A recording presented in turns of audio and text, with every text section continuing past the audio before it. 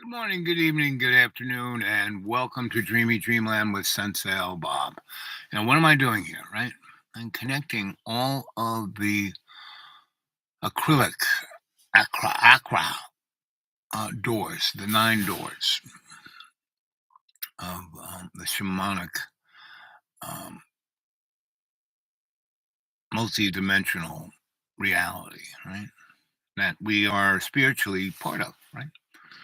We are part of, we are, God's, you know, God sent his only begotten Son to sacrifice his blood, that he was the unblemished lamb um, for us, right? And today is Memorial Day, right? And I said Memory Day. So, what can you remember about you growing up? What were you taught? What was your spiritual foundation? Mm. It's interesting. I haven't on my phone, other devices. I have another uh, you know, phone, and the phone that I call out on, and it's but I was I prayed on it, and it gave me just a little window to like re you know throw out stuff so I'd have some memory, so it doesn't like, oh yeah, I can't think, I have no memory, I have no memory, I have no memory, and that's what's happening to you. Your little cottage cheese brain, which is not, you have 3 brains, right? You have the cottage cheese between your ears, which is the lowest of the low of your people go, I don't know how this thing works, because it's just cottage cheese. The CPU is your heart. Now, I've been sparked back to life a couple of times, and it takes, the same amount of joules that start up a jet engine on your 747. They got to use that. That's why everyone's, clear, stand back, don't touch this guy when we zap him, um, because that's a lot of juice. So there's a lot of juice flowing through your heart, because your heart just isn't a pump. It's an electrochemical device. It when you breathe in and breathe out, you're breathing in the prana, the life force of God's unconditional love, that prana, right? And I keep showing you, you know, the light coming from the shamanic, it has no shadows, right? Whereas the light coming from, um, you know, the sun or an incandescent light source has a shadow, right? So, um, and I lead you through every one of these shows, and I got more than 2,000, even though YouTube says it's like, let's see what YouTube says. So a couple of shows ago, I was playing a young lad who definitely did a great job on describing what fascism was, right? And scholastic morons, this one moron sent me this. No, I got to put on my reading glasses, my shamanic yellow glasses. Um, ooh, let's see. June 2023 issue. Why are we in Ukraine? And it's in Harper's Magazine, and it's written by who? Some guy. By Kaluzzi, Klawe. His last name Rzecczy. And you know, so he talks about NATO, expanding, and from it was like when they made the deal, it was kind of like from 91, um, you know, on, Russia fell in 89, I think. And from 91, we said, 89, we said we're not, not 1 inch, we want to put Germany back together, which wasn't such a great idea, but we did it. And then for, under George H, we didn't go 1 inch, right? But he was putting together the new world order, globalization, right? And globalization really started with World War One, right? And it got really going with Richard Nixon and Henry Kissinger when they went into China, right? And Jimmy Carter opened the doors even more for the economics to pump up China to be the handmaid's tale of making all the crap for Walmarts, right? And that's what brought up the American public, and put us into a sugar high of consumerism, right? And everything you got from Amazon was in a box, wrapped in plastic, wrapped in other plastic, wrapped in bubble wrap, wrapped in other plastic, wrapped in hard plastic. So you rip this box that's about this big, and it's got all these layers for this little thing, right? This your little whatever, right? And all you did was throw that away. That went into a landfill, right? And now all of that shit, even the cardboard, was made out of plastics that have these things called forever molecules. PICs or precepts, or it starts with a P, but it's a polyvinyl chloride toxin, cousin of dioxin, that we have wrapped everything up in for the last 50 years. In The Graduate, the guy says to our hero, "Hey, I just got one word for you: plastic." Right? I mean, that was a pretty prescient little message there. And why do we have plastic? Because the oil industry needs to pump oil out of the ground to make a profit.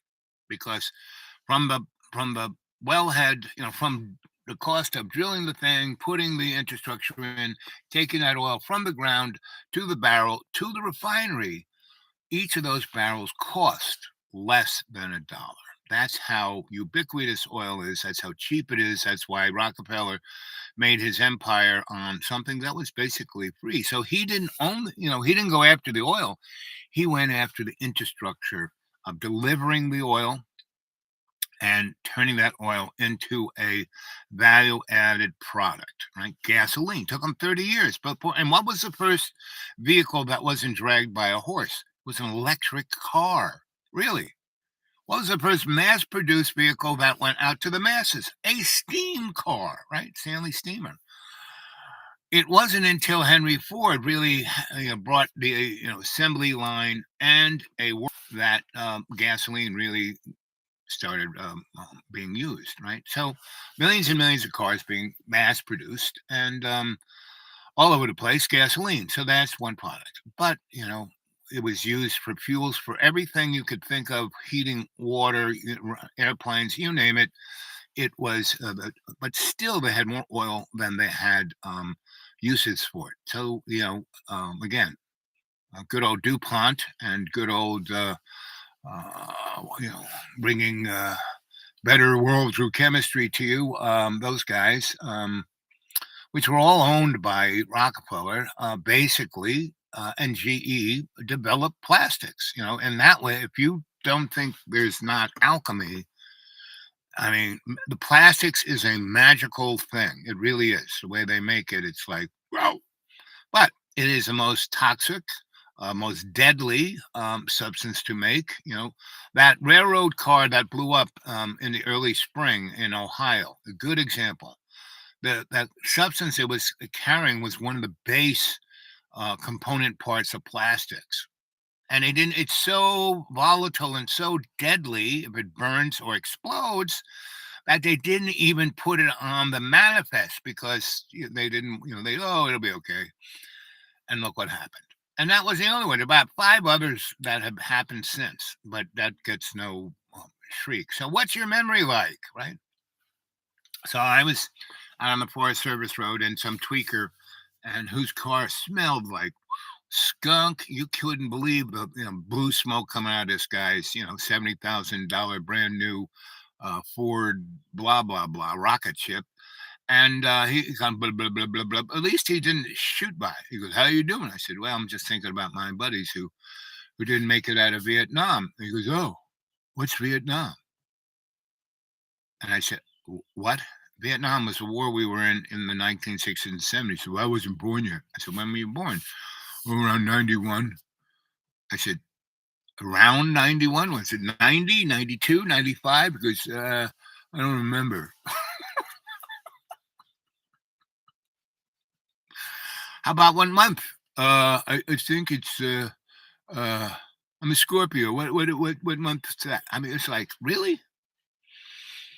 I said, what do you do for a living? He goes, oh well, kind of help Colonel Sanders. I said, oh, okay. So he's got $70,000.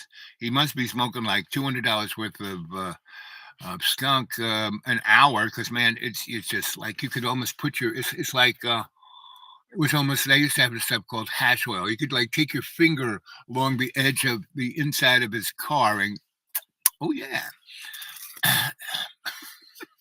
I said, you grew up here? Oh no, I came from Texas. How come you don't have a Texas accent? Well, I really came from Florida. Oh, were you born in Florida? No, I was born in New Jersey. Okay. What time? When did you leave New Jersey? I think it was. I think it was. I was. I was 14. I was a teenager, and I was in the fifth grade. Which, oh, hmm,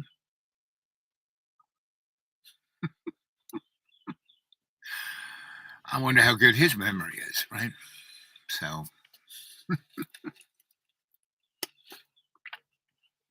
and as like my parents died, in '08. I took care of my parents for 28 years almost. And my brothers and sisters, and not so much. They worked for my parents. I never worked for my parents. They did. And so they hated my parents. And my sisters used to call me, are they dead yet? Are they dead yet? And now, '08. So that's like 10 plus 19, 20, 21, like, eight, 15, 16 years since they died. Um, and they have an imaginary remembrance of how great everything, make America great again. It's like, okay. And now I, signed on to take care of my parents, not because I had to or they were going to give me money because they didn't. Uh, uh, but I knew I wanted to have a real relationship with my parents, which I never did because I was brought up by my grandma, and then I was with them for a short period of time, and then the Catholic Church. I went to a seminary. Well, first a nun murdered me in first grade, and then I was with my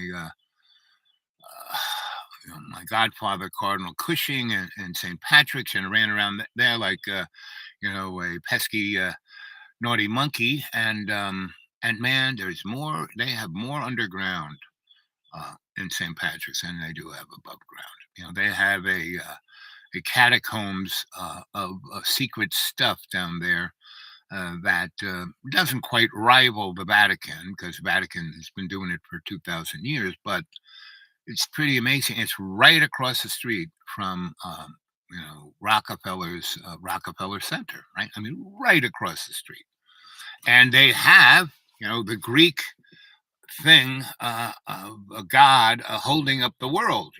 That's the shamanic, not shamanic, mystery school motif of you know the hidden hand, right? These two big hands holding up the world. So, what's your memories?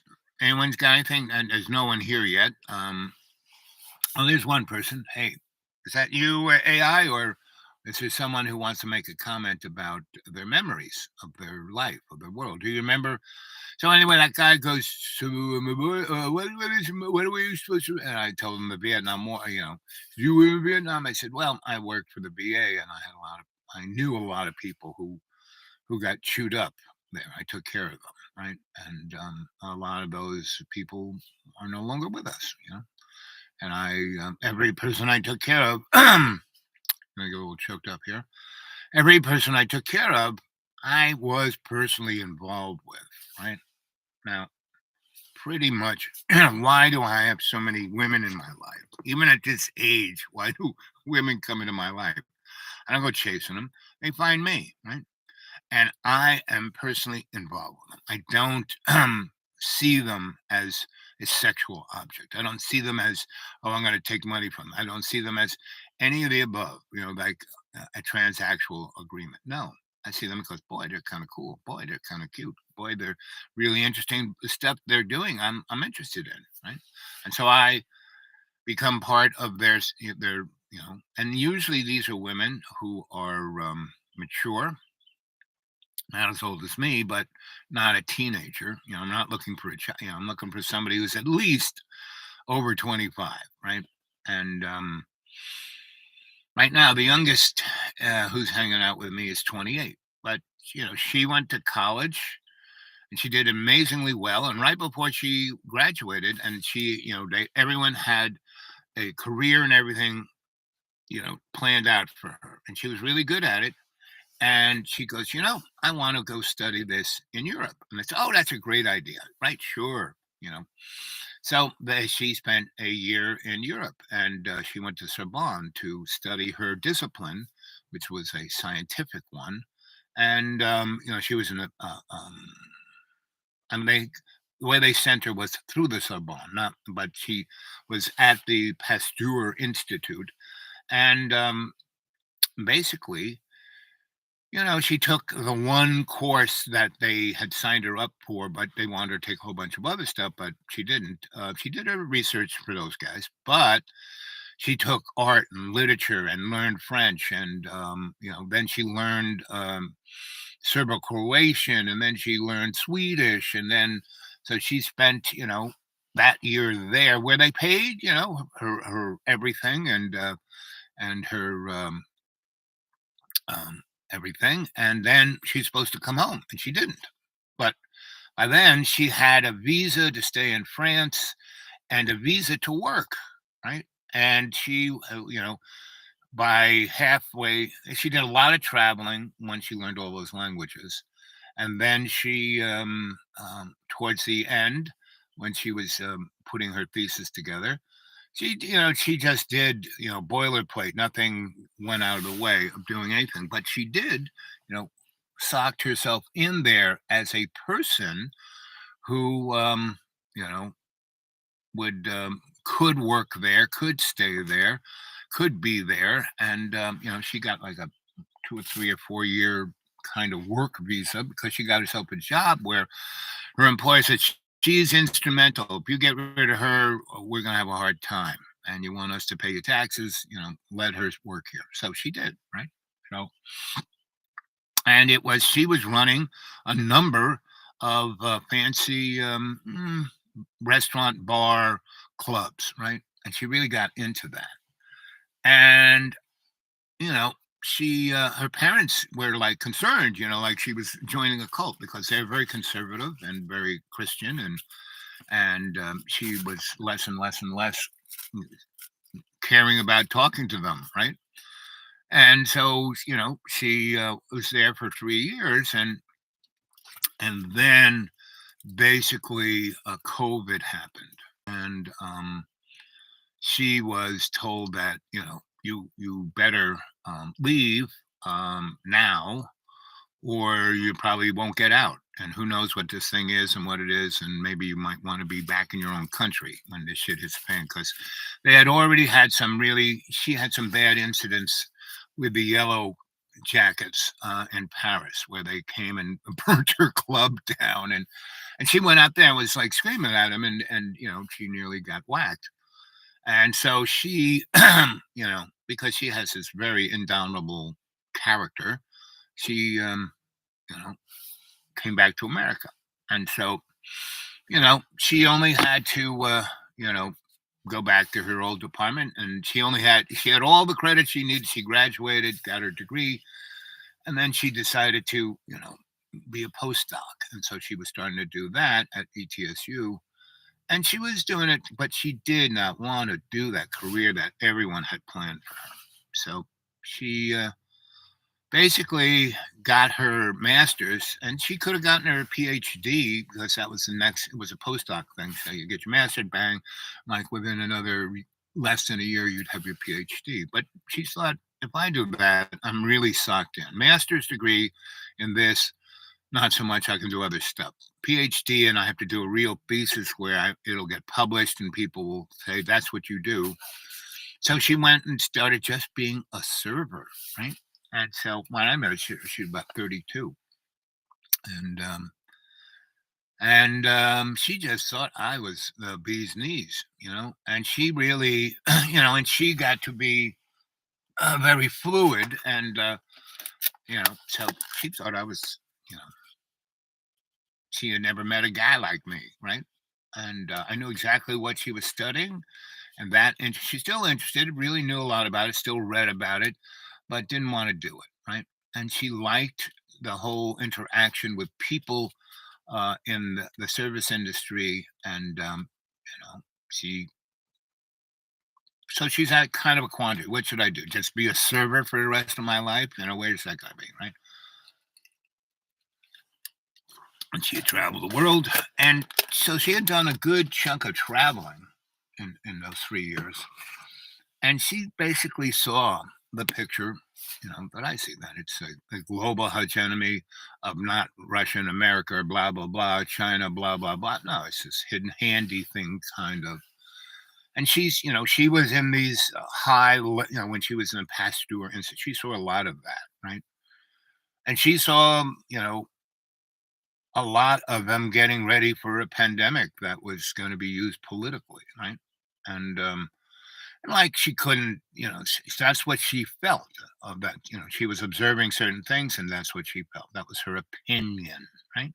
So she loves the fact that I don't have any beliefs. I just have these opinions, right? And so we started talking about memory, and also the,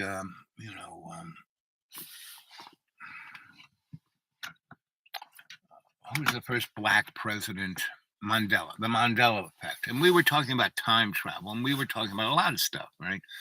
Because she had access to a lot of interesting things. And that's one reason why she went back to ETSU, and she still got her finger in it. And she is studying all kinds of different things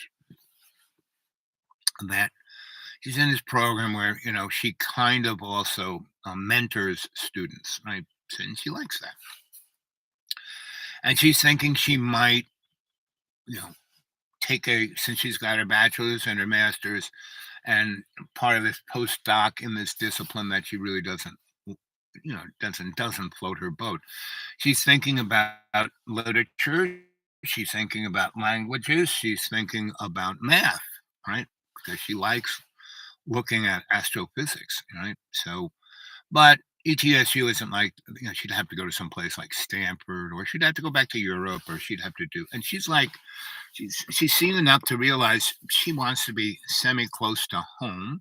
She really likes the mountains here. She grew up here, and so so that's one of the ladies in my life, and she likes the fact that I don't like go on, and I know where she works.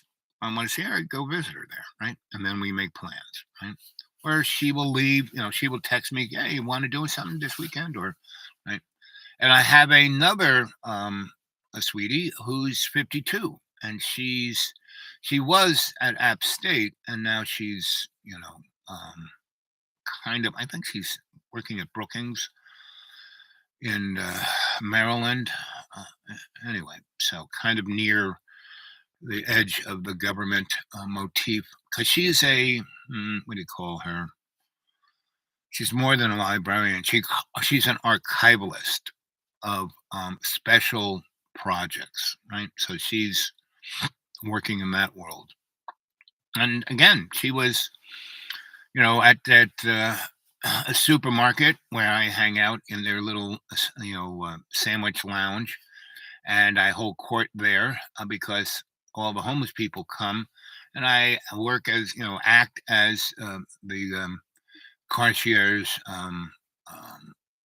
guy who listens to all their woes and gives them a little advice, this, that, the other thing. And the managers there like it because they can't stop these guys from coming in, and then they go crazy. Well, if they can funnel them towards me and I can keep them down on the farm and not bother the ritzy people, because no one even notices that this little alcove is there, right? So, and most of the people who do come visit, whether they're really super homeless people who like, ooh, or just, interesting folk like myself, you know, it's the place where that's I hold a salon there. That's what I'm doing. I'm doing a salon, right? So the managers there are very supportive of me. They don't, shush me out. And I always buy something because they have great sandwiches. So I can afford, a $7 sandwich because it's a great sandwich. You know. Subway charges you like $11 for a piece of crap. This is $7 for something that's really pretty good. And they always have these really ritzy places like Harris Teeter and Publix and other high-end places. I don't know about the what do we call that, Whole Foods place because they don't have one nearby. My experience of Whole Foods is a piece of crap. Because there's another thing, Dinner for the Earth, and that's I actually helped start that in Nashville. The guy who started it, he and his mom had a little house on Broadway where she would cook all these great meals and sell them to people. And he was Mr. Herbs, right? Because that was, Asheville was the center of herbal healing in the freaking world between 1890 and 2032, right? That's when the guy died. Anyway, I had this knack of being in the right place at the right time, right? So when I was in my little alcove of sandwiches for the homeless, this lady in a very nice, business suit was eating her sandwich and she was on her laptop. She was talking on the phone. She was doing business. And I was reading the palms of this whole family, right? And I was like nailing every single one. And all the kids were laughing when I was talking about mom and dad and about, oh, he got you. And they just got off the hook. And um at a certain point, the father said, "Okay, everybody in the car," and because I was kind of done, and it was when I said something, and it was so hilarious. Everyone in the alcove was laughing hysterically, and this woman in the suit who was like, she wasn't one of the homeless. She was doing business. She was eating her sandwich and drinking a cup of coffee, and she took a spit take and shot across the room. And okay, that's enough. We're out of here. Guy goes, you've just done a great deal for my family. You've just talked about issues that we haven't touched because we were scared to talk about. And you talked about all of them all at once and made us all laugh and put us in a place where we can go forth from here. That's what this vacation was. And God sent you to us. He goes, I really, really wish I had some money to give you, but I'm a poor guy and I scraped every nickel. We were getting thrown out of our house. And instead of, having, um, our kids traumatized by that again. I basically sold all their stuff. I said, "Okay, kids, take whatever you want. I've got this, house trailer that I'm going to tie behind our car, and we're going to go have a big long vacation." And he did. He was like visiting national forests and staying in them as long as they could until the guy said, "Well, yeah, I think it's time for you to go." And so he goes, "You did more good for my family than anyone has ever done. And I wish I had money to give you, but God sent you." Okay, I'm tearing up here. Anyway, the lady's over there. Well, he's saying that because she took this spit take and it went all over their table, and everyone's laughing hysterically in the little archive of homeless people of Sandwich Land. And she's like laughing, and she's like trying to clean herself up, and she's still laughing, and she, and pretty much with that, when the family left, and there were about 8 of them, it kind of took suction and took pretty much it was just that woman in her suit and her laptop, and she's cleaning up the laptop, and she's still laughing hysterically. She goes, "Who are you? Where did you come from? So then we had this amazing conversation, and her phone just kept blowing up, right? And she just kept ignoring it. And she goes, "What are you doing?" I said, "I'm talking to you." She, "No, no, no. I mean, like later tonight. What are you doing?" I said, whatever you want me to do, I'm all yours." And she goes, "I like that." So she goes, "I have these stupid meetings and I'm just going to cut them all short. I'm going to get them all meet in my office and tell them what to do. And then I'm going to come back here and take you out to dinner." Because she goes, "I heard that guy go on about how he had no money. And obviously you have no money either." I goes, I said, "I live like a millionaire on $400 a month." And so, she took me out. Right. And then we had, for about a year, a great thing because she would just leave a text, because she knew that texting would stick on my phone. She couldn't, my phone just constantly gets full of. I clear out the voicemail. Within 2 days, it's full of crap, like spam. And but my texting, so she's there, and like, oh look, there she is. And so, within a day, I can get back to her.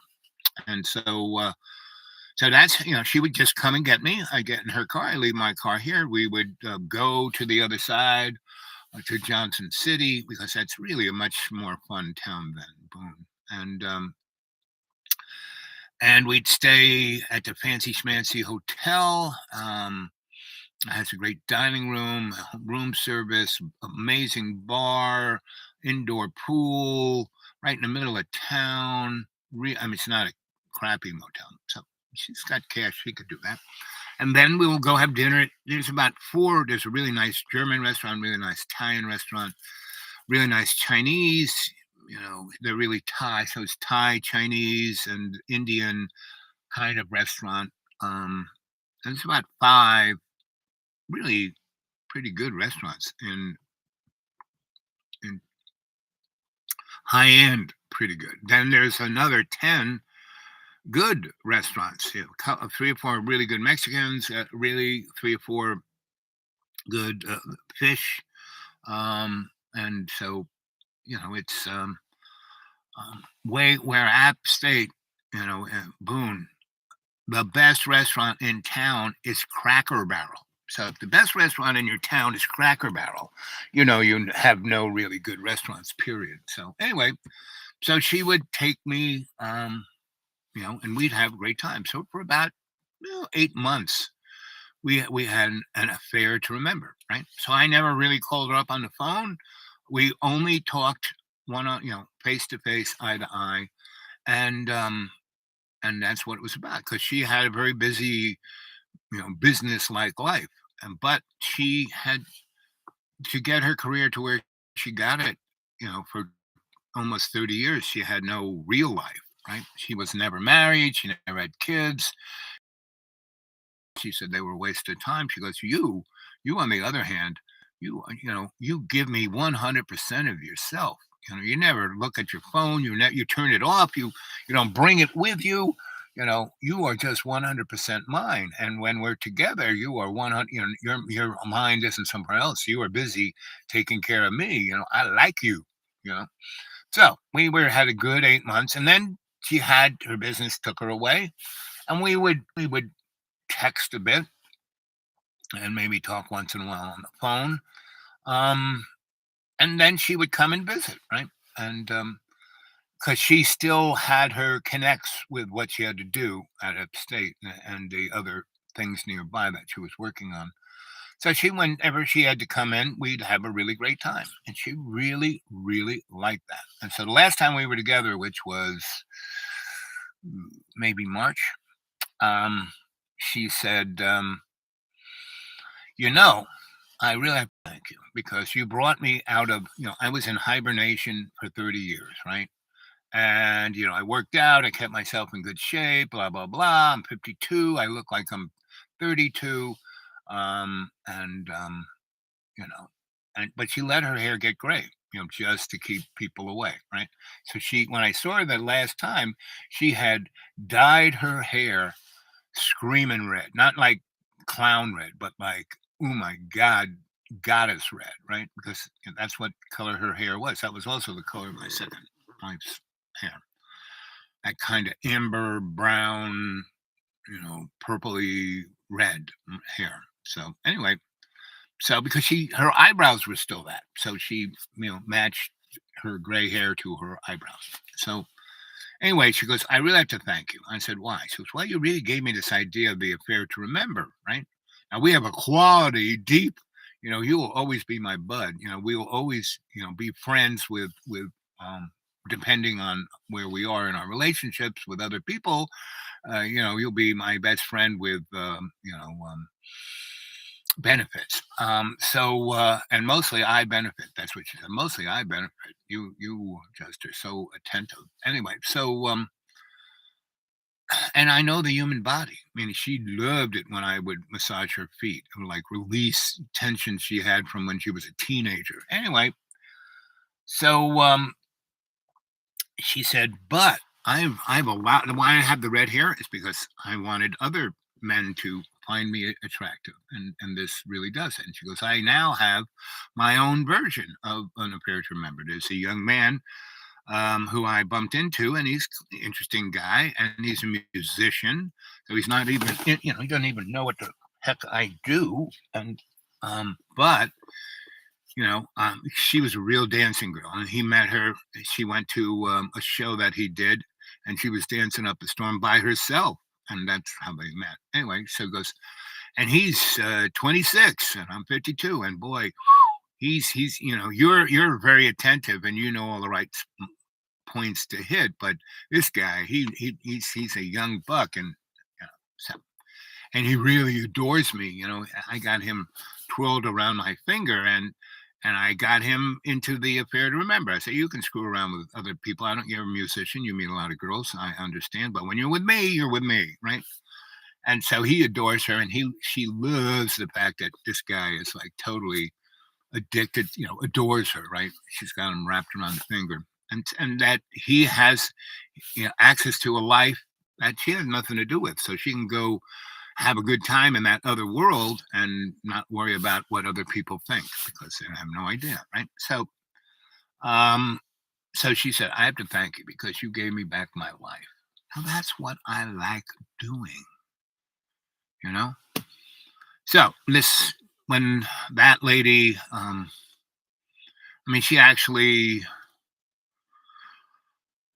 she moved away maybe before Thanksgiving, around Halloween was our last when she was still around. She said, "Oh, I'm leaving town for a while, so we'll still be buds. I love you. You were you were a part of my life that no one else can fill. So don't worry about that." And but and I said, "Yeah, yeah, yeah." And then about when I came back, I met the 32-year-old. Mm, March, Aprilish, Aprilish. So we've been dancing around. Some women just come into my life. I don't look for them. Like Grandpa Cockroach, he's desperate. Who is that dog?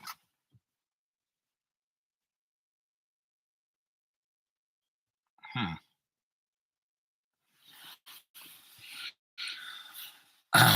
Anyway, so let's call up if the home works. Scooby-Dooby-Dooby-Doo. Yeah, looks like it should work.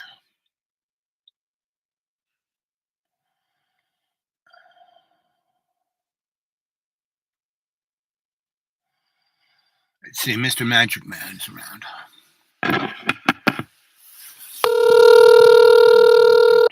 Oh, the sun's coming out. We've had a good rain now, and this will be the last push of the leaves coming out big time. So they're about 90% out. The next couple weeks here, it will really become something ecstatic. Give them one more ring. Nope. Do.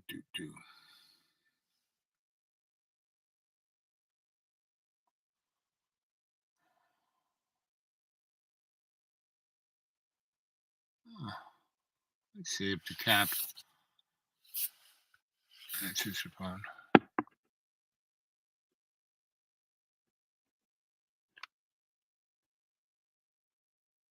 Went down to 1/10 of a bar. It's like, give me a break. I'm in a place where I should be able to get pretty good signal.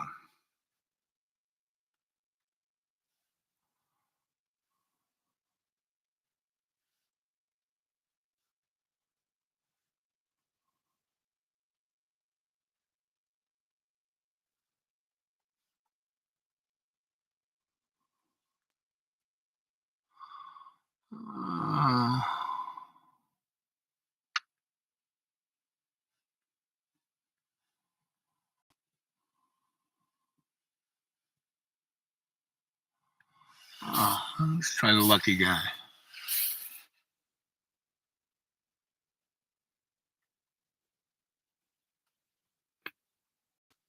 Huh.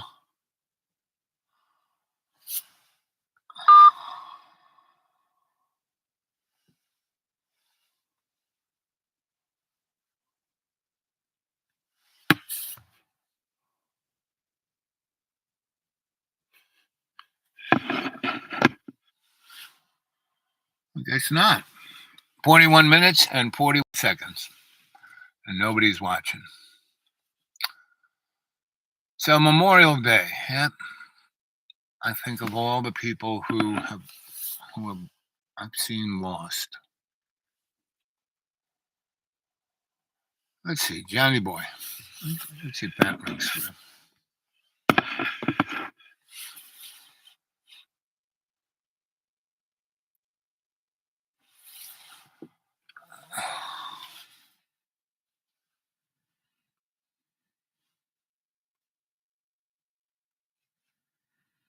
Mm-hmm.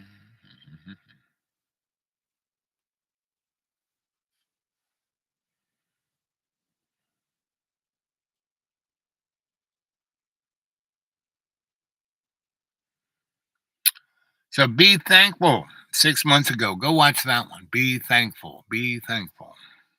It's capital B and then thankful.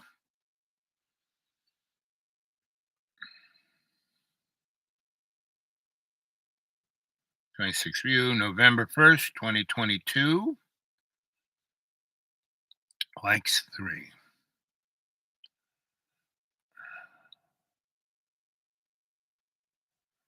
Oh boy, I have 505 subscribers with my phone. Well, that's what happens. You live out in the deep green. That's what it is. Now the sun's coming up, so that's what happens. You live out in the deep green. That's what it is. Now the sun's coming up, so that's me. That's what happens. You live out in the deep green. That's what it is. Now the sun's coming. Get your free Thomas Sowell ebook, Trickle Down Theory and Tax Cuts for the Rich.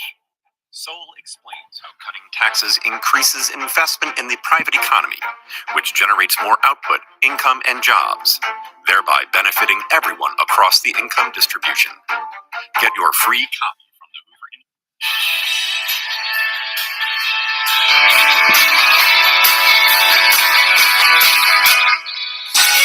Welcome to the Bulwark Podcast. I'm Charlie Sykes. It is May 16th, 2023, and we are in Washington, D.C. As you know, we're going to be taking the Bulwark Podcast on the road Thursday night in New York City, and you'll be able to hear my one-on-one with my colleague Tim Miller on Friday morning. Also, we continue to have more breaking news for those of you who are tuning in and want to hear about what happened with the Durham investigation, which ended not with a bang, but with a whimper, or as Donald Trump would put it, total exoneration. There's a lot going on there. And we're going to be devoting tomorrow's edition of the Trump trials to going through that. I'm going to be joined by Lawfare's Ben Wittes, and we're going to walk through the whole Russia story again. As you know, usually the Trump trials is on Thursday, but we figured with the breaking news that we would move it up till Wednesday. Also in the news, and we are going to be doing this as well on tomorrow's podcast, the latest stories. Let's jump ahead to this because this is the heart of your article here, which is the case for actual Ukrainian victory. There are a lot of Americans, I think, or a lot of people in the West who are, down with if we defeat Russia, that will be sufficient. You make the case that we need to start thinking about what an actual Ukrainian victory would look like. So again, there is this debate. So what would victory look like to you? But you write that that's not a difficult question for Ukrainians. So let's just walk through that. So what does victory mean in this for Ukraine?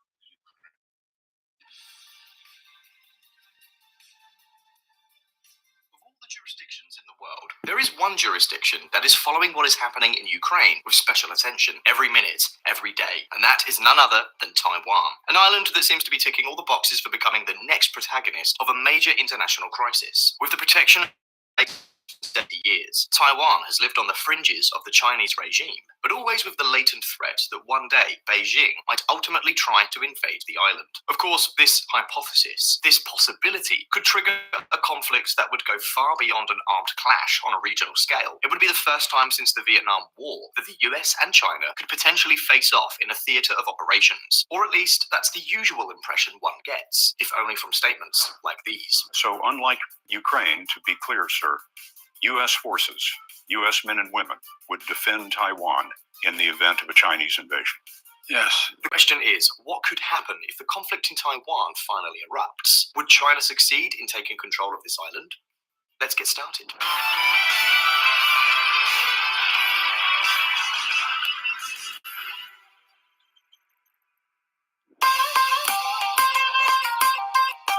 We have mentioned this a lot of times. Taiwan's situation is one of the most ambiguous in international politics, particularly because the sovereignty of this island has undergone constant changes. For example, and this may surprise you, when the Sino-Japanese War of 1895 ended, the Qing Empire ceded the island in perpetuity to Japan. That is, formerly the island of Formosa, Taiwan ceased to be China. And so for the next 50 years, this island was part of the Empire of Japan. Of course, Tokyo's defeat in the Second World War again brought about a turn of events. The island once again became part of the then Republic of China, a country ruled by a military dictatorship and somewhat aligned with the United States. However, when the revolution of Mao Zedong and company succeeded in 1949, the authoritarian regime of the Republic of China was exiled to Taiwan. Since then, the island has been considered by Beijing as a kind of rebel province, an island that is fully autonomous and functions in practice as a sovereign country, but which, however, has never been able to declare its independence.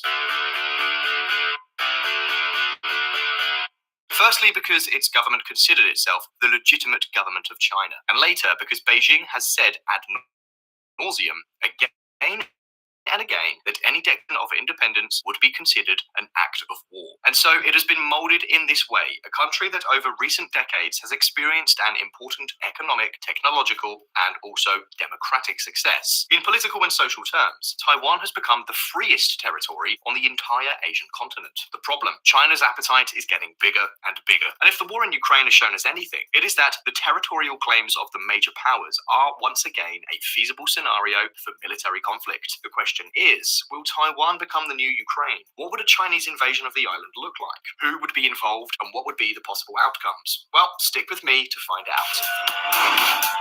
2 starting points. The first thing to keep in mind is that in the hypothesis of a war between the United States and China in Taiwan, both sides have a completely different view of the situation. This reveals some key points to keep in mind.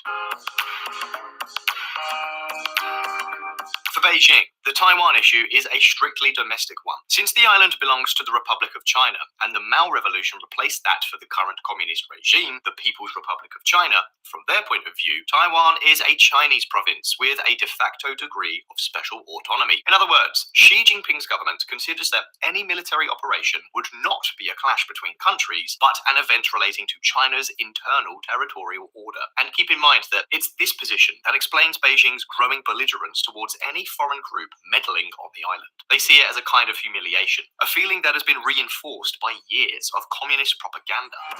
China's Xi vows reunification with Taiwan. For its part, however, the United States maintains a commitment to Taiwan that is not entirely compatible with this position. In the Taiwan Relations Act, enacted on 10th of April 1979, the United States made an unwavering commitment to this territory.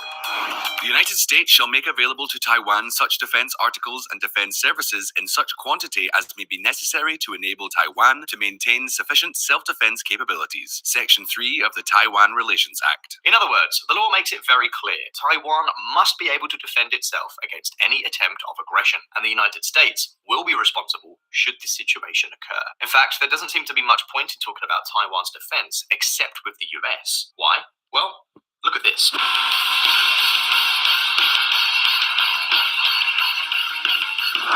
David versus Goliath?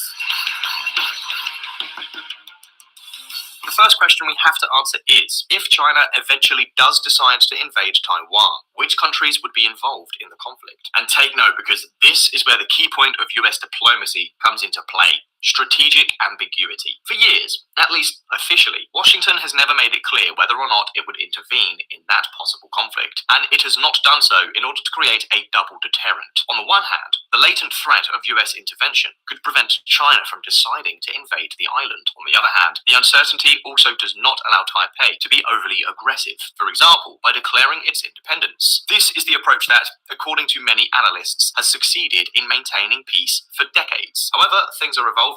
The Chinese military is increasingly prepared, and if the war in Ukraine has made anything clear, it is that the strategy of strategic ambiguity could end up being Xi Jinping's excuse to pounce on his prey. That is to say, if at any given moment top Chinese officials thought that the United States might not come to Taiwan's rescue and may settle, for instance, with the application of sanctions, then that might be the best fuse for unleashing an invasion. This is similar to what happened with the Russian invasion of Ukraine. Putin and his entourage felt that when push came to shove, no one would lift a finger for Kyiv, and that is what explains why Joe Biden has intentionally confused himself. Not once, not twice, but 3 times, making it clear that the United States would come to the aid of its ally. So, unlike Ukraine, to be clear, sir, U.S. forces, U.S. men and women, would defend Taiwan in the event of a Chinese invasion.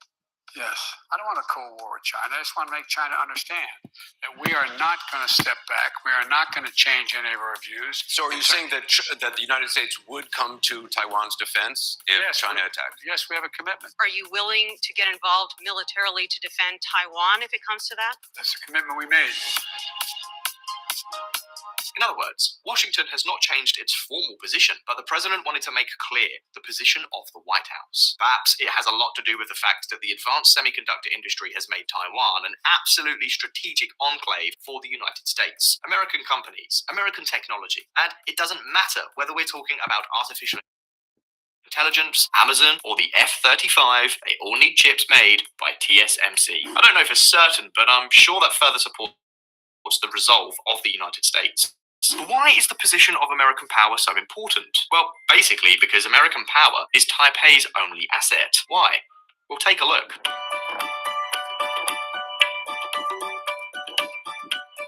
The decorrelation of forces between Taiwan and the People's Republic of China has continued to grow over time. If the Chinese armed forces have traditionally been a poorly equipped, poorly trained, and poorly capable army, the situation is very different today. The People's Republic of China is making an enormous effort to improve its military capabilities, including the launching of 6 new aircraft carriers, 5th-generation fighters, new amphibious capabilities, and thousands of missiles aimed at Taiwan. Yes, it is true that Taiwan concentrates its military spending on protecting a much smaller territory, 36,000 kilometers square, compared to more than 9 million. But China is directing the bulk of its military investments towards maritime dominance in the region, including the ability to invade Taiwan. In fact, the widening gap in forces may be the reason Taiwan has reduced its military effort over the past few decades. The idea is that a China that is more open to the world could eliminate any risk of invasion, and that ultimately everything will depend on the US position, is perhaps what explains charts like this one.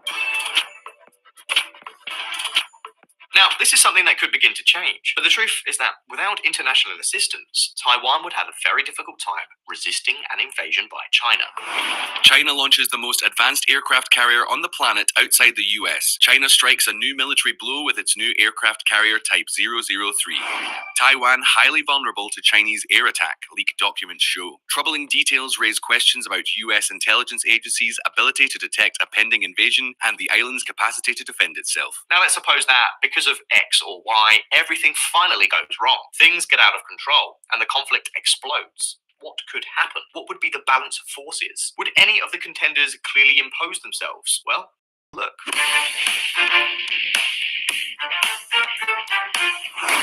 War games. What could happen if war ultimately does break out in Taiwan? It is not such a far-fetched hypothesis. So in Washington, it is something they take very, very seriously. Precisely for this reason, several US research and defense centers have carried out simulations to find out how this possible conflict would develop. In virtually all cases, it is taken for granted that US forces would participate. Otherwise, Taiwan's defeat would be certain. Well, let's take, for example, as a starting point, the simulation carried out by the Center for Strategic and International Studies, a leading Washington-based think tank. In order to carry out this simulation, all possible air and naval actions were taken into account, as well as all historical precedents with amphibious missions, from Normandy to Okinawa to the Falkland Islands. The results?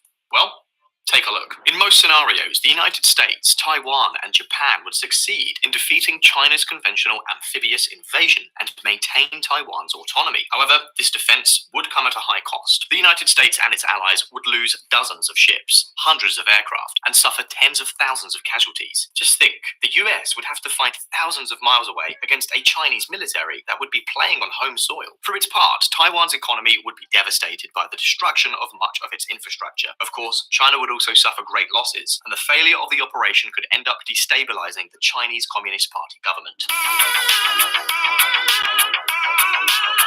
The results of this simulation show that only when Taiwan is left alone would China succeed in taking control of the island. However, even in this scenario, Taiwanese resistance could extend to the invasion by 70 days. Okay, I know what some of you are thinking. There you go again, visual politic, propaganda. Blah, blah, blah. Right? No one ever takes into account. So, Moron Boy sent this thing to read that was in Harper's Magazine. And the guy goes on and on and on about, Ukraine and how NATO expanded, blah, blah, blah. Well, that was 20-something years that Putin could have done a lot of things to stop it, but he didn't. Ergo, it shows to me that he is reading a script. He was put there. I mean, he was not the sharpest pencil in the box. He does exactly what he's told, even the way he's fighting. I mean, he had overpowering, 100-to-1 ratio of men and materials. So why didn't he just do that? And still does the most incompetent things? Why did he go after Buja? Losing close to 50,000 men and materials. And yes, it was. Ukraine has probably lost 100,000 soldiers in this fight. That's a lot for a country that has a male population of less than 20 million, and a good point. All the men had to stay home. All the women and kids are spread out across Europe, and countries like Poland, Lithuania, Estonia, Sweden, many of the other Baltic states, America, Canada, took on those people happily because they're white and they're semi well educated, and they will do great for our demographics. That's why Russia took somewhere between 60 and 1 million women and children into Russia. 60,000 to 1 million. Who we haven't nailed down the numbers, but it's been a lot, and it wasn't with them. The kids have been separated from the folks and sent to camp. Oh, let's go to camp. No, it was like to rejigger their mind. Love Russia, hate, and no. All they did, what it's like Russia brought, the fifth wave into their own country. I mean, those kids are going to grow up and take Russia apart from the inside, just like there are a bunch of Russians in there, blowing stuff up in Russia. Yes, Ukraine, United States is probably helping them out, but it's Russian folks who are doing it. And it's going to get bigger and bigger, and it's going to cause. Russia has a number of factions of peoples in their union that really don't like Moscow, really don't like Putin, really don't want to be part of this, but they're forced to. And they've been given the carrot and the stick, and mostly they get the stick. So, um, again, memory. Are you guys remembering anything? This is a scripted show. Russia wouldn't be doing this for their best interest. Nothing they've done so far for the last, since 91, since 89, has been any good for them. The best thing Mikhail Gorbachev did was split the Soviet Union up so it wouldn't go up in a mushroom cloud. He didn't want to have that on his resume. And he started Glasnost so people could have an opportunity to have a little free speech and to start their own little gigs. And what happened was that was percolating, but soon as good old what's his name, the drunk got in.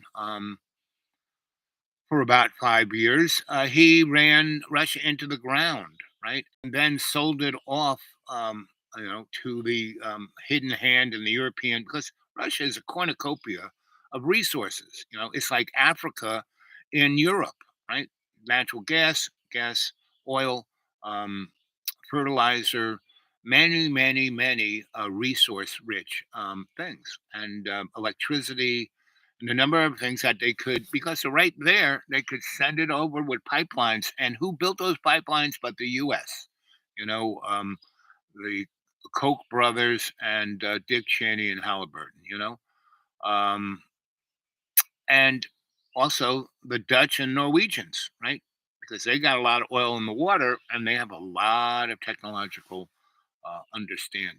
And so I say that the war in Ukraine was mostly to break up the growing relationship between Germany and Russia, because Germany was becoming the richest, most powerful nation in the EU, and it was based on almost free gas and oil, right? Those pipelines going straight into their country, right?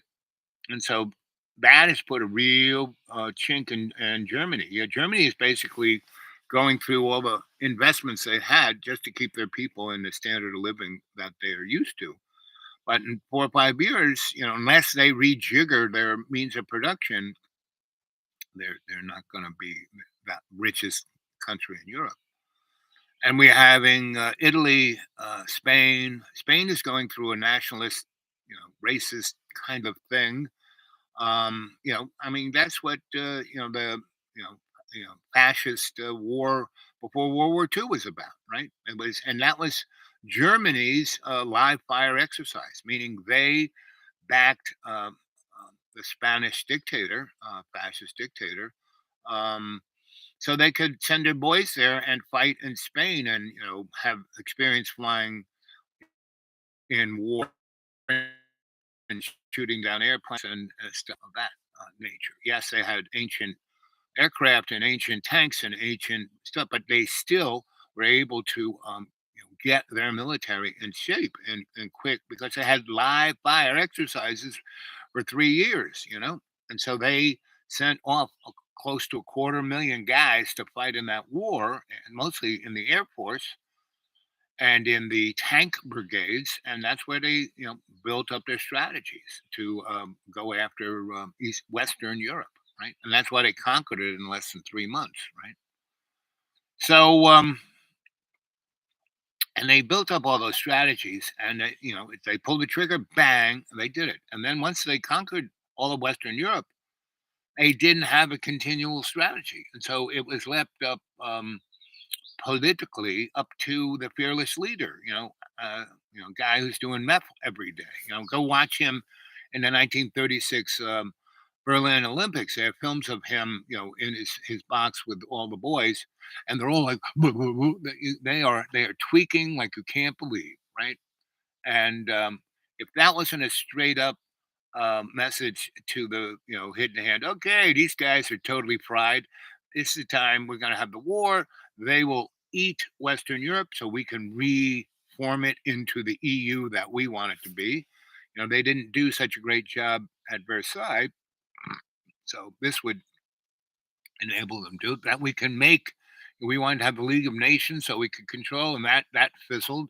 So we'll have the United Nations, and we will take um, Hail Hydra, which was the insulated, really, really, really hard-edged Nazis that were part of the Thule Society, and there's a couple other mystery schools that they were part of, and we will build a technology. You think the V1, V2 jet plane, ME-262, the Comet were like, ooh, my wonder weapons. No, those were just an extension of the technology that was very rare. You know, basically, they had their own Area 51 up there in the Sudetenland, and they basically took Tesla technology and took it into an industrial level. So they had 0 point energy. I mean, they had energy without oil, right, and without fusion or fission, right? Just taking unlimited amounts of energy off the bias between the dimensions, right? They call it the ether, right? That's what the guys in the ninth century called it. That's what the Greeks called it. The first people to discover it were the Greeks, right? And they could have gone into Star Trek land from then, but they didn't because they were reading their own script. All of this has been scripted, and that's kind of what's your memory like? Back an hour and 6 minutes ago, we started off with what's your memory like? What do you remember? So this is the point where I say, hey, I'm not going anywhere for the next, week or so because I got like $32. And that's pretty much at the end of every month. I have $32. But for all these years that I've been doing it, people have been sending me stuff on my PayPal. So, the last time I got something from the PayPal was about, a couple of weeks before Thanksgiving. And I keep checking PayPal. It's still there. It still has my account, still has everything. And if you want to send some PayPal, that's the dude awake 42 at Gmail. If you want to get a hold of me at my Gmail account, the dude awake 42 at Gmail, right? And so that's the story. Um, what you do with it, and I have, it says I have 1,700 shows, and I kind of flitted through them from the beginning to the end. I think I have more than that, but it's 1,700 still a lot of shows, right? And I mentioned the one, that, and they're all good. They're all shamanic, ceremonial, energetic, informationally packed, interesting story um, shows. There isn't any one worse than. I mean, there's a couple of them. In the last few weeks or last 2 weeks, I have no money, so I kind of get distracted because if I go out from the deep green, which is like really frigging beautiful. I mean, come on, look at this. This is a crappy part of it. Look how nice that is.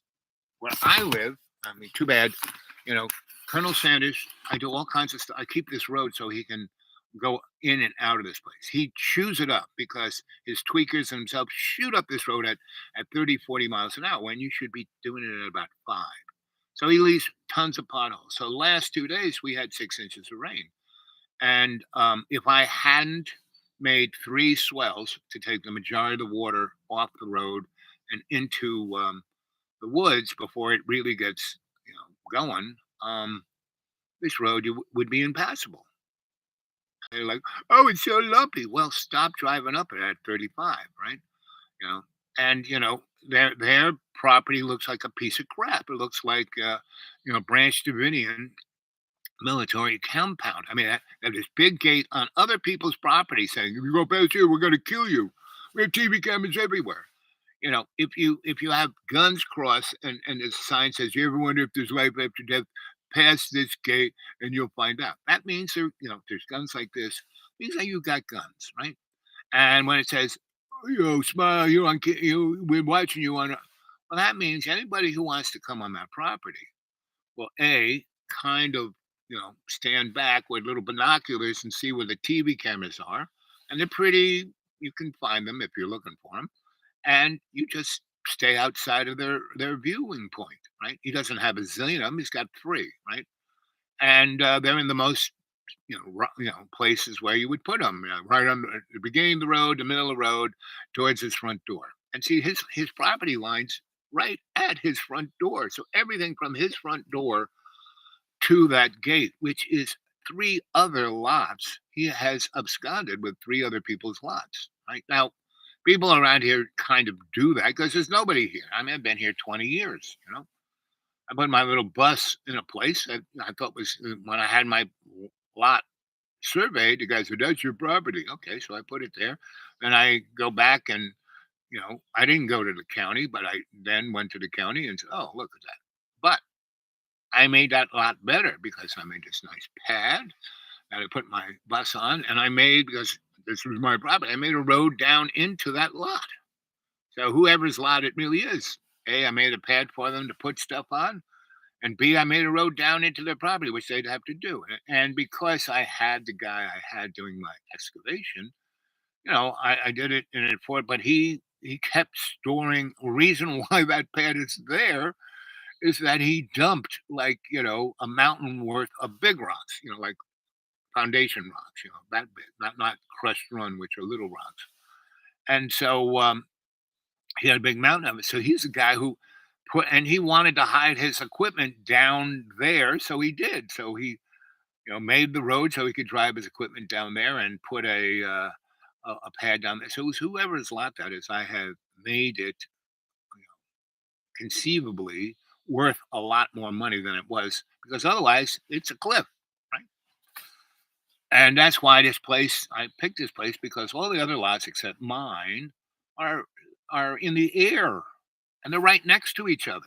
I mean, it looks beautiful now with all the trees and everything, but you start building houses up here, these houses are going to be, 200 and 300 feet apart from each other, up in the air. They're not going to have any view except the bathroom or the living room or the deck of their neighbor. And when those people start screaming at each other, and they start shooting each other, because that's what goes on here. The energetics is, unless you are balanced with nature, unless you're talking to the bunnies and butterflies and in serving God's unconditional love, you're everything. You just go nuts. Right? Why do you think the guy zipped up the road at 40 miles an hour? He wants to get the frick out of here. I didn't think he would last 2 years. And and things are coming to a real boiling point, because it's no one is here on the right understanding. Grandpa Cockroach, he came here to retire. He wanted to buy me out. I said, give me $500,000. You can have this place. No, give me. He weighed $5 grand. You need the money. Here, take. I said, I don't need it. And that's when he realized, wow, this guy doesn't need it. He doesn't buy anything. He doesn't run around. He sits there, and and he came once. He said, "I'm a real Christian. I got my life by the Bible." So one time we talked about the Bible. He never read the Bible. He don't know anything about the Bible, right? So he came to um, read the Bible with me. And I picked Esther because Esther is great. It's all about preparation. It's all about serving God. And if you serve God, everything you need or want, or your whole life comes out. And Esther is the mother of Israel. Does Israel give her a tip of the hat? Not really. They should really go on about Esther on Mother's Day. And so we were reading that, and he couldn't get past one paragraph. And he brought a whole six-pack and never offered me a beer. Now, I don't drink. I mean, I wouldn't, I'll drink a beer. If it's really hot day, I just mowed the lawn, I'm sweating, and the beer is cold as ice, I'll drink that beer. Whatever it was. He drinks 5 to 10 beers every day, maybe even more at night, right? So he and his son and everybody, the tweakers, his slaves, all of that, they're all up there, every night, drunk out of their friggin' minds. And so he's got kids there, and everyone's got guns. I mean, this is not a good mix. It's not a good cocktail. No. And I keep praying for him, and I keep trying to talk to him. And a few of the tweakers who live in his pop-up say the one that's lives relatively close, down up the hill from me, I bring him food, right? Because he just eats the crap, pizza and hot dogs, and he's starting to be, he's like in his 50s, so he's starting to kind of be affected. I don't know why I'm so constipated. I feel so terrible. Anyway, so what's your memories? What do you remember? Here we are, 1 hour, 15 minutes. We have, maybe 20 minutes left. So, I've died 7 times, right? Died when I was born. Died when the nun murdered me in when I was 8, or however old you are when you're in first grade. Um, I died when I was 10, and that's really when I said, "That's it. I am never getting sick again." And I made, I'm not doing this. And I really haven't been sick since. Now, I've yes, I've had a number of issues because I've let myself slide into uber hedonism. That almost 30-year period of being a itinerant scholar slash corporate, um, hitman for the desperate lawyers. As a negotiator and a demographer. And that period, I got paid really well for not doing much. And I wasn't like when I was being Mr. Electrician and doing things of that nature, went from 9 until around 35, right? When I'm 35, I kind of left, no, 38, when I left New York. And I basically took all my businesses and hand them over to my employees, right? And I said, "You guys run it for as long as you want to. Just send me this much money," which is kind of what I made when I ran it, right? And I trained them really well, and I had a good staff, and they did a great job. And I said, "You don't have to pay me. You make more money over what this is. You keep that." And they did. You know, they got the business running better than me, and because I was like running it almost like a hobby. But I had these employees, I took care of them. I had enough business. We were doing pretty good. I made about 25 grand every year, but allowed me to go up and do whatever, to do what I wasn't like. That was me, right? That business is me. Like my brother, he spent the last 50 years of his life. That business, my father started, my mother started. My brother really, he didn't realize he thought he was a partner. He wasn't. For 40 years, he was just a well played and abused employee, right? And constantly complain. I said, "Michael, don't you realize you're a freaking slave?" You know.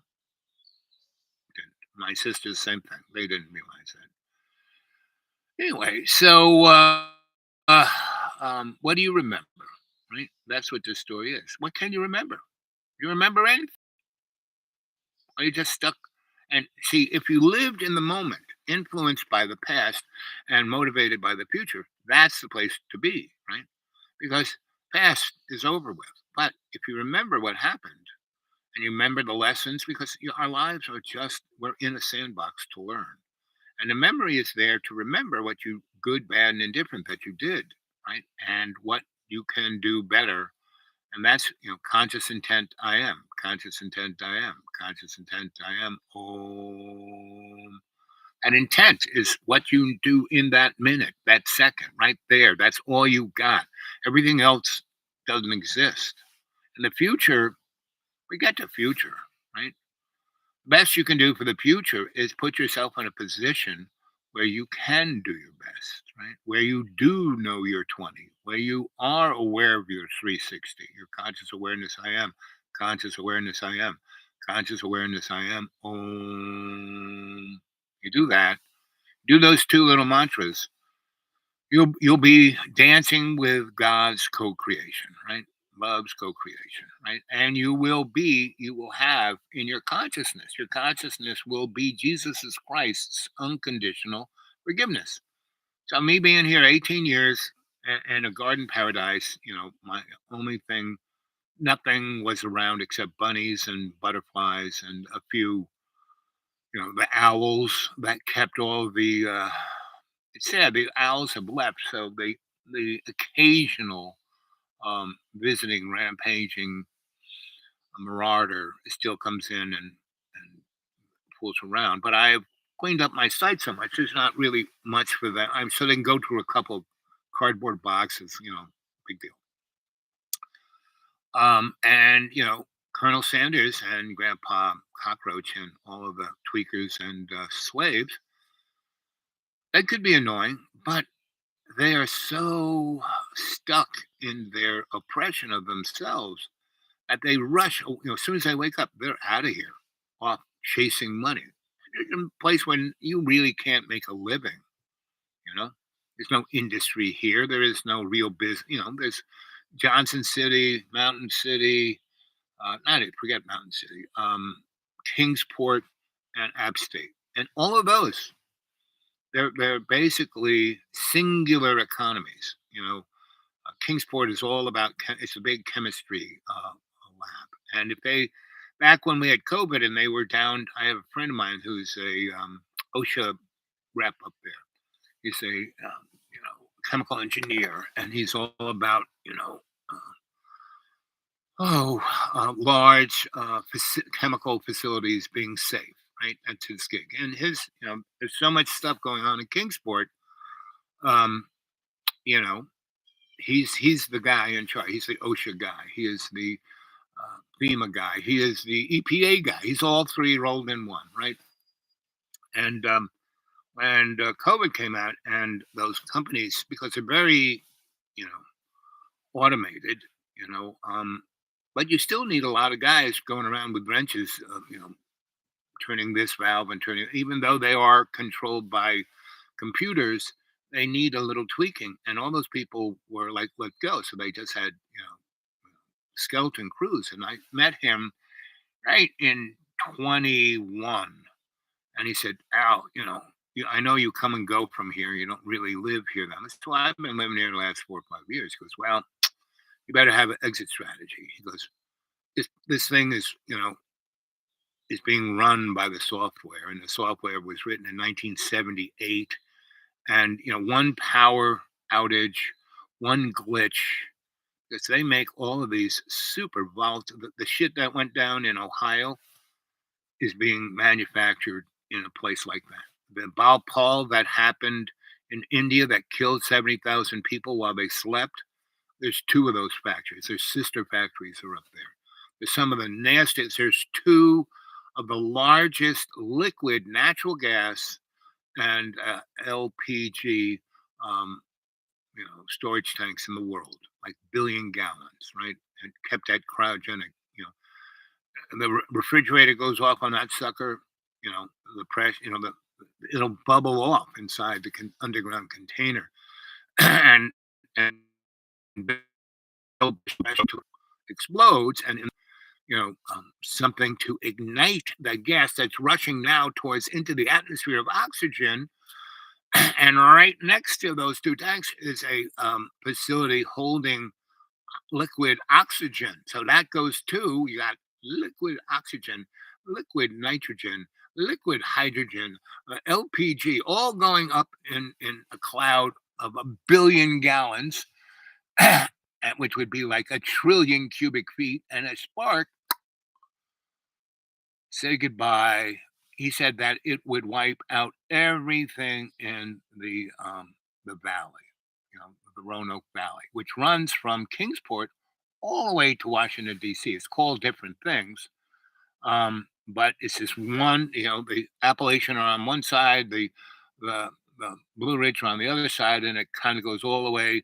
The Appalachian goes up to upstate New York and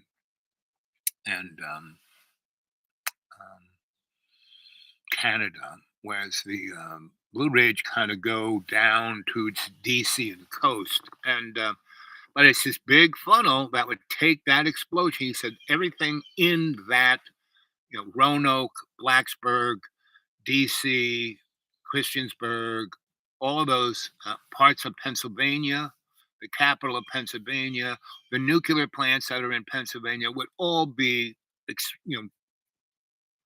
taken out, and reactors taken out. The ones in 3 Mile Island, and there's 3 or 4 more in that valley. He said they would blow up more like a nuclear weapon than 3 Mile Island, or than what you call it, Fukushima, right? So that is a very, very plausible scenario. I said, so what's the chances of that happening? He said there's a 40% chance that will happen until all those guys come back and they realize they really have to spend some money on rebuilding the infrastructure. I saw the guy maybe 6-8 months ago, and he hangs at this bar. He's now definitely an alcoholic because of this, because he can't his own, he knows so much about it. He's in his 70s. He's about my age. He's a little younger than me. He's staying at it because he's the only guy who knows how everything works. All the other old timers are either dead or retired and gone to Florida. And so he stays at it because he doesn't have a wife. This job has been his life. He has no kids, no nothing. And so he's trying to save the millions of people who live in that valley. And we have other places like that in the Midwest, in California, in Texas, and Louisiana, in Mississippi, in Georgia. There are a number of really unbelievable things that should have been closed down in the 70s, but because they're making money and they're privately owned, and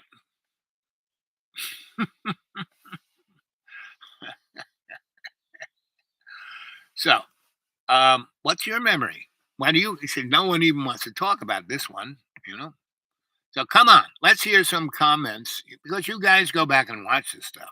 Every one of these shows get somewhere between 18 and 40 people watching this. The next day when I watch it, and then when I go back in a month, it's like up to 40. I go back, half a year, it's up to 70 or 100. So there are a bunch of you who watch this stuff, right? And not many of you really make any comments. That would be nice. This is called live streaming. They call this a chat. Say something here. Let's try saying something here just to show you that it works. F. I'll put a lot of F's there. Come on.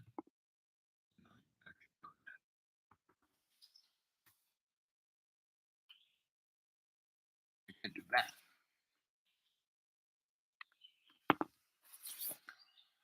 So, I'm old enough. I've died 7 times. I've had 3 life, reports, and it keeps sending me back because I'm doing such a great job. you know, my mentors, my teachers, my masters all say, you're doing a great job. So can I just stay here? Well, you want to stay here for eternity? Each time I go to a life review, it's not in like Disneyland. One was on this mezzanine overlooking my father's. My father wasn't dead yet, but he was getting a life review because he had PTSD so bad from all the shit he did in World War II and the Air Force and the Cold War and bringing nuclear annihilation to the world for his own prestige. He worked for General LeMay, and he was a bird colonel. And even after he took the suit and started his own little business and started making money, because he was never going to be a general. He was never going to end up in Lockheed, even though he got some real nice. He would be invited to the B-29. They brought him back. They were going to send him to. He annihilated Europe, and there was still a year and a half left, and the B-29 wasn't getting off the ground, and they needed it to obliterate Japan. Long distance bomber that could fly, 5,000 miles. It could fly about 2,100 miles one way and 2,100 miles another way, and still have enough gas to, you know, wait in line to land. So, because Tiananmen, is a little island. Anyway, so uh, and they're getting ready to drop the atomic bomb, and as soon as they were starting the Manhattan Project, they started it with the excuse of Germany's going to have one of these. And Germany did have one of those, and they only used it on the Russians. And that's how they could kill 60 million Russians in less than 3 years. I mean, if they had to shoot them with artillery shells and gun bullets, that's a lot of artillery and gun bullets. No, the cities that were obliterated, the industrial areas that were incinerated, that was done with extended V1 rockets and atomic weapons. Right? They had you know logistic nuclear weapons, and they didn't want they saw the Germans saw the Russians as like cockroaches, right? And they saw the British and the Americans as their brethren, and so they could have wiped away England. When the English army was at Dunkirk. The Germans surrounded them, and they kept calling back to, "Hey, we can take these guys. They have and they're there in their underpants, and they're on the beach, and they're like being taken off in people's motorboats. I mean, we could A, kill them all, B, take them as prisoners, and C, England would have no army." And Adolf kept having the solution that England would partner up with him to go after the Russians. At least that's what was advertised. And I don't think so. I think it was, basically advertised, a scripted show. And Churchill was definitely on it. He didn't give two fracks about how many English people were going to die or how many people would die, period. He was just, going along with the hidden hand because he was part of it. Right.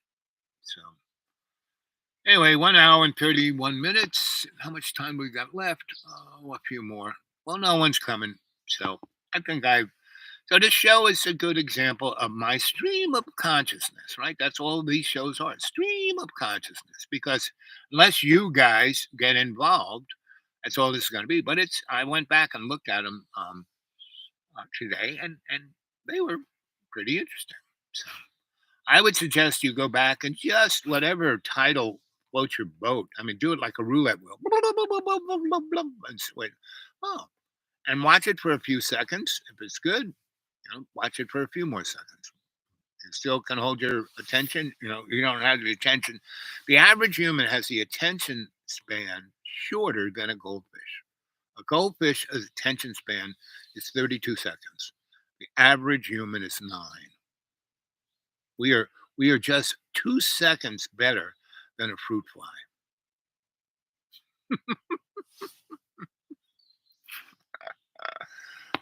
And all the people I watch on YouTube, all the good shows, I have to applaud them because they do a tremendous amount of work. They do all this research. The two shows the show I was playing on, this guy, him going on about China, he did a lot of homework.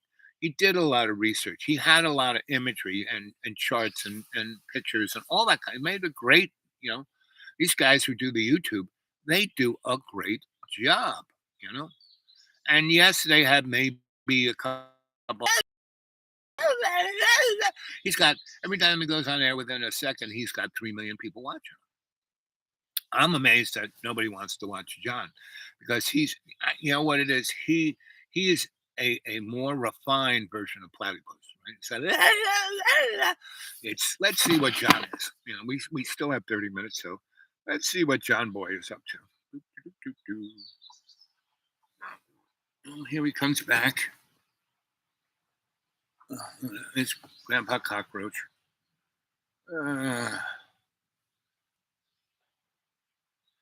Let's see.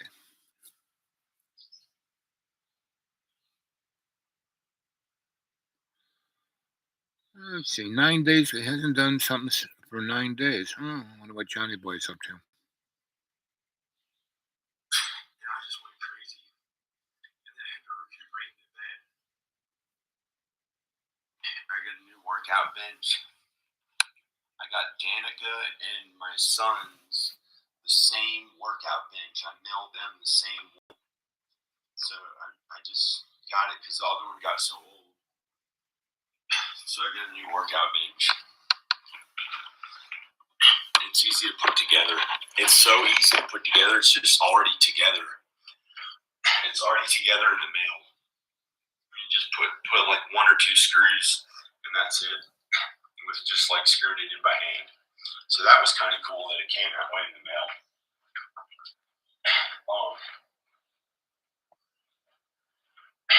I might put a different shirt on. I'll just leave this shirt. So I'm gonna do bench press. I'm gonna try to do the most bench press with dumbbell, with 100-pound dumbbells that I've ever done in one set.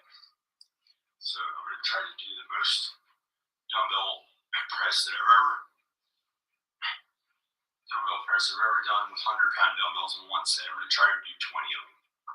I think I can do it because I've taken it easy for about a day or day and a half from working out. I got my house looking really good.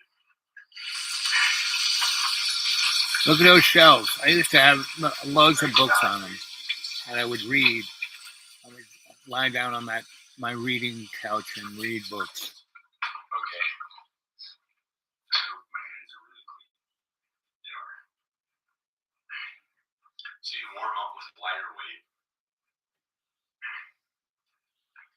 I don't feel like putting music on. Praise God. Praise Jesus.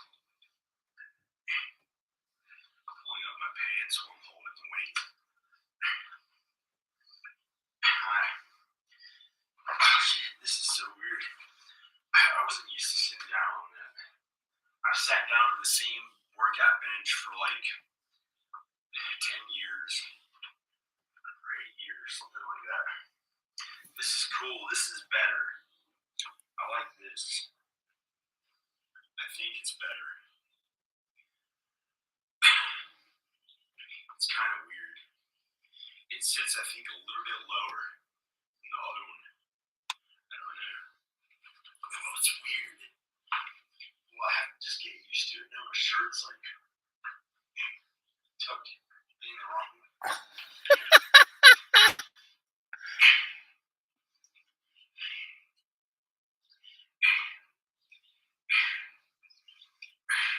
That's pretty good. That's 20-pound dumbbells.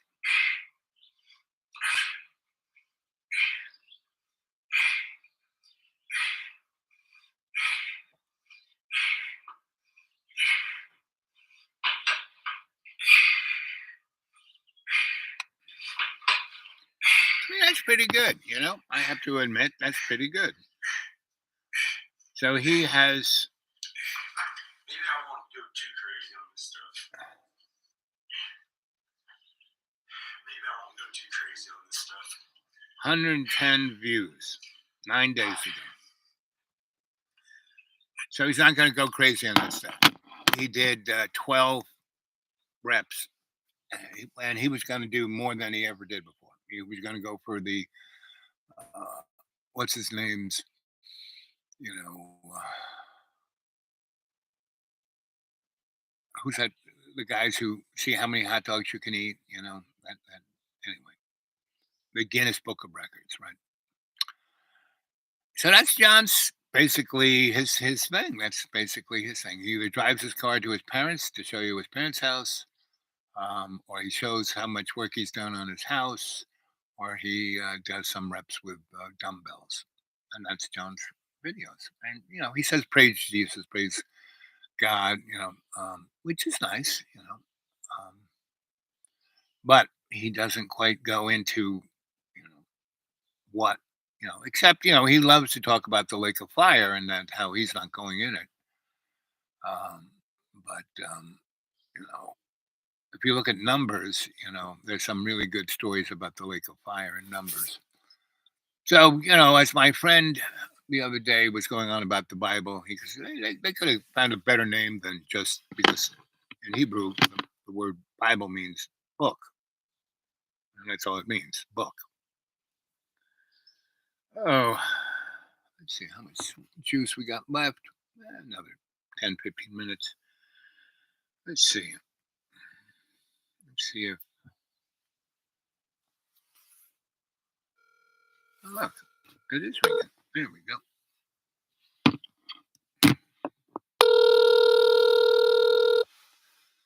Oh.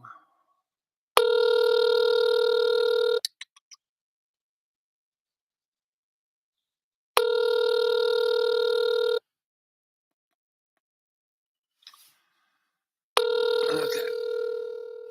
He's not going to answer.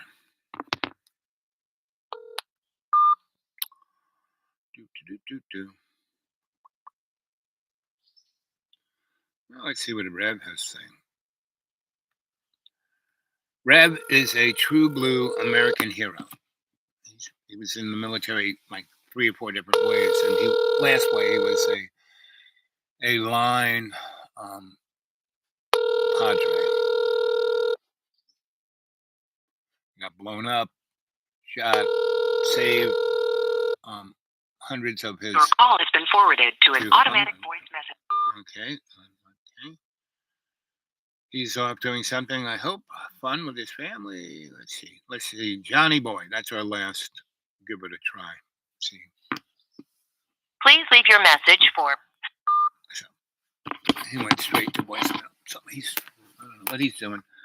So that's about it for today. I hope you enjoyed the show. It was kind of diverse. It was all over the place. I hope you enjoyed it. Okay. And again, I could really use some cash in PayPal. PayPal, you want to get a hold of me? PayPal, ask who? The Dude Awake 42 at Gmail. The Dude Awake 42 at Gmail. All lowercase, all small thing. You want to get a hold of me? Talk to me about anything? That's my email address. The Dude Awake 42 at Gmail. Okay? Okay. Catch you later, gang. Boop, boop, boop, boop.